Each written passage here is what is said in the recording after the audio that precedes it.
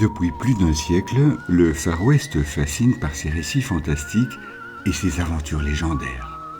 Au fil du temps, ces histoires ont souvent été embellies ou déformées, donnant naissance à un univers où la réalité se mêle à la fiction.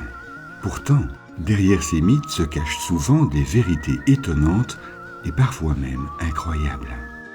Voici un aperçu d'histoires parfaitement authentiques, aussi fascinantes que les légendes qui les entourent. Les fusillades de cow-boys, telles qu'on peut les voir au cinéma, sont généralement déclenchées par des conflits d'intérêts, des disputes de jeu ou encore des vols.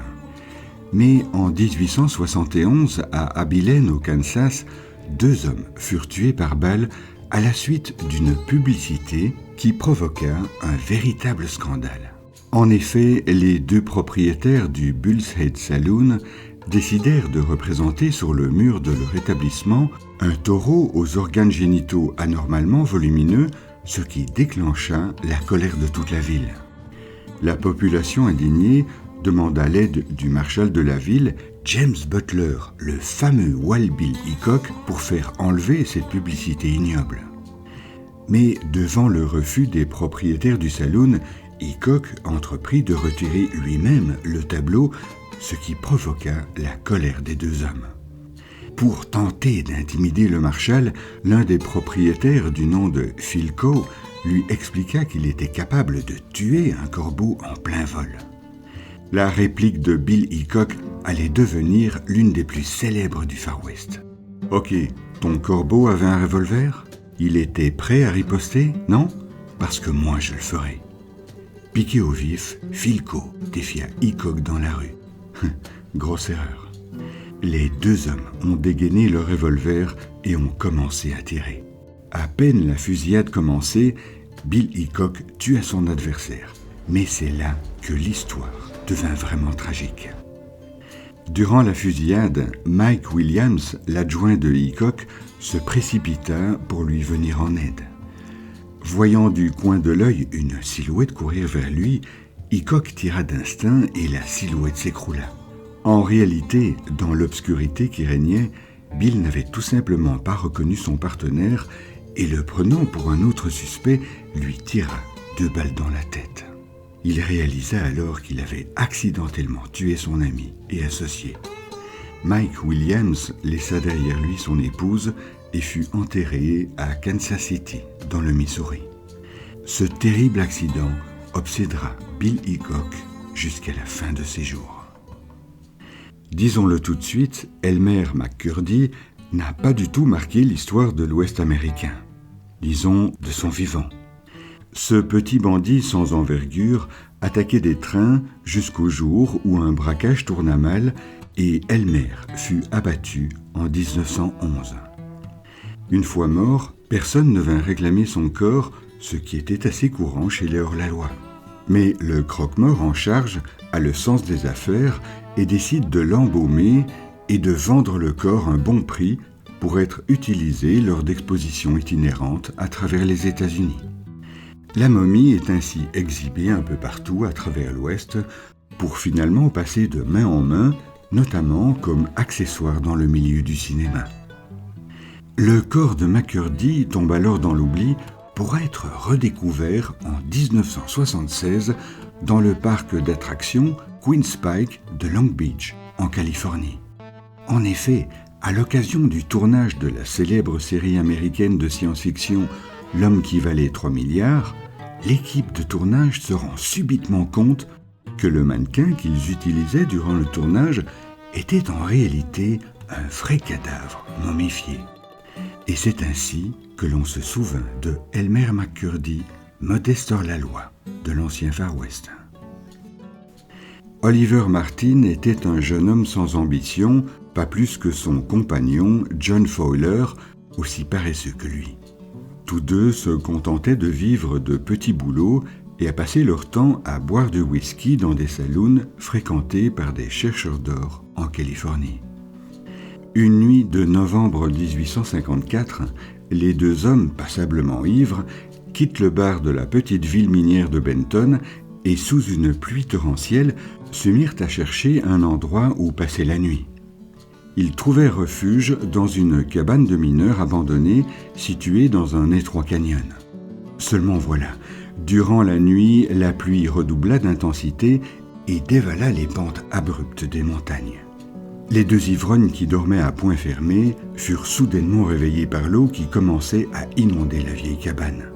Mais il était déjà trop tard et les deux hommes furent emportés par le torrent dans l'obscurité. Martin arriva miraculeusement à s'accrocher aux branches d'un arbre, tandis que son ami Fowler n'eut pas cette chance et se noya. Le lendemain, une fois les eaux retirées, Martin décida de creuser une tombe afin d'offrir une sépulture décente à son compagnon. Il choisit alors un endroit sablonneux situé au pied de la falaise. Et c'est là que l'incroyable se produisit. Il n'avait pas creusé plus de 60 cm lorsqu'il trouva une pépite d'or.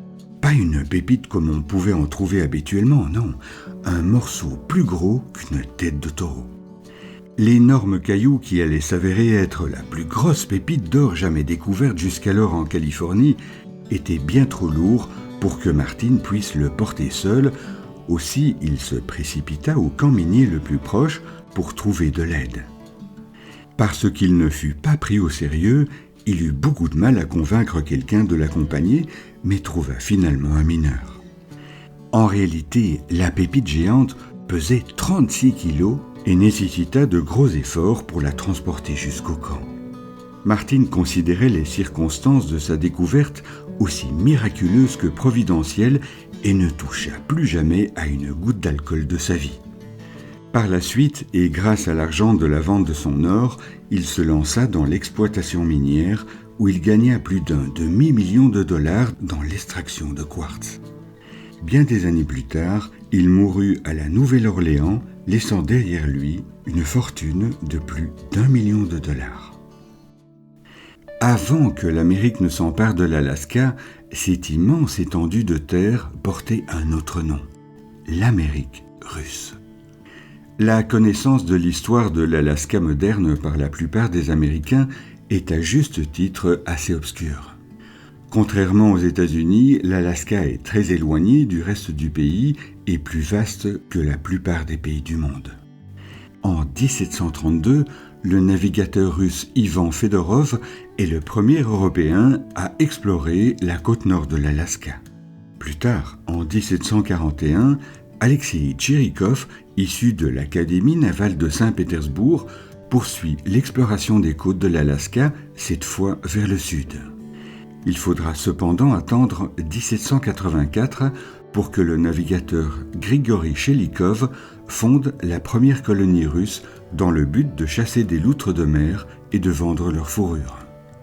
Avec la création de la Compagnie russe d'Amérique par Nikolaï Rezanov en 1799, des forts et des comptoirs s'établissent le long de la côte américaine du Pacifique, depuis le nord-ouest de l'Alaska jusqu'au nord de la Californie, près de San Francisco.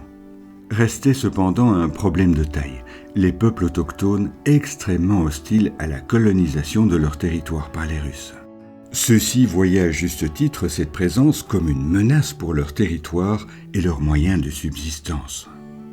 La bataille de Sitka survenue en 1804 fut un événement majeur de ce conflit où les Russes réussirent finalement à s'imposer.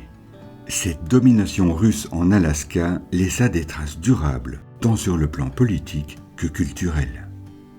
Le commerce des fourrures, très lucratif à ses débuts, provoqua rapidement la quasi-disparition des loutres de mer, obligeant les trappeurs russes à pénétrer davantage dans l'intérieur de l'Alaska pour trouver d'autres sources de revenus, notamment le bois des forêts. Mais l'intérêt économique de ce territoire sembla négligeable aux yeux du tsar Alexandre II, alors en grande difficulté financière. En effet, considérant que la Russie avait mieux à faire en concentrant ses ressources sur la Sibérie et l'Extrême-Orient, le tsar décide de charger le diplomate Édouard de Stockel de négocier la vente de la Russie d'Amérique. En 1858, ce dernier propose aux États-Unis cette formidable occasion d'étendre leur territoire vers le nord, mais la guerre de sécession en 1861 mettra fin aux discussions. Cependant, tout n'est pas perdu. En effet, alors que la France et l'Angleterre soutiennent ouvertement les sudistes, la Russie décide de se rallier au gouvernement d'Abraham Lincoln. Elle ne se contente pas d'un simple soutien diplomatique et envoie ses navires de guerre à New York et San Francisco pour prévenir les attaques des sudistes. Les discussions pour la vente de l'Alaska reprennent en 1867. Un accord est trouvé le 30 mars avec la signature d'un traité fixant le prix d'acquisition de l'Alaska à 7 200 000 $, soit l'équivalent d'environ 17 milliards d'aujourd'hui, un prix bien modeste pour un territoire grand comme pratiquement 3 fois la France. Le traité sera ratifié le 9 avril 1867 par un vote de 37 voix pour et 2 contre. Le versement du montant ne se fera qu'un an après à cause de l'opposition de la Chambre des représentants qui ne voyait pas du tout l'intérêt de cet achat, comme d'ailleurs la plupart des Américains de l'époque. Le traité fut finalement ratifié en juillet 1868 par un vote de 113 voix pour et 48 contre, et c'est ainsi que l'Alaska deviendra plus tard le 49e État des États-Unis en 1959. Né en Angleterre en 1829, Charles Bowles Eastwood, qui se fera plus tard surnommé Black Bart, était un braqueur d'un genre nouveau. À la suite d'un différend avec la banque Wells Fargo, s'occupant également de transport de fonds, celui-ci décide de se venger en devenant braqueur de diligence.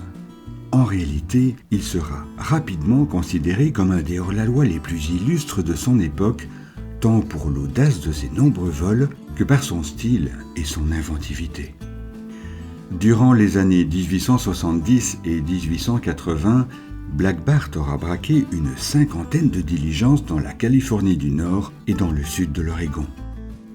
Muni d'un sac de tissu sur la tête et d'un revolver, il se distinguait principalement pour ses bonnes manières et la politesse avec laquelle il détroussait les voyageurs. Il parlait d'une voix calme et distinguée en demandant par exemple au conducteur de la diligence « Envoyez-moi le coffre, s'il vous plaît ». Black Bart était toujours courtois et ne disait jamais de grossièreté. Il lui arrivait même de laisser un petit poème avant de disparaître. Le hasard fit que sa dernière attaque eut lieu à l'endroit même de son premier braquage. Lors de l'enquête, on retrouva un des mouchoirs que Black Bart avait laissé sur place par négligence. Le problème, c'est que le mouchoir en question portait une étiquette de blanchisserie. Fort de cet indice de choix, les enquêteurs n'eurent aucun mal à identifier le propriétaire du mouchoir qui vivait dans une modeste pension de famille. Charles Bowles, alias Black Bart, fut déclaré coupable et condamné à 6 ans de prison, mais fut libéré seulement 4 ans plus tard pour conduite exemplaire.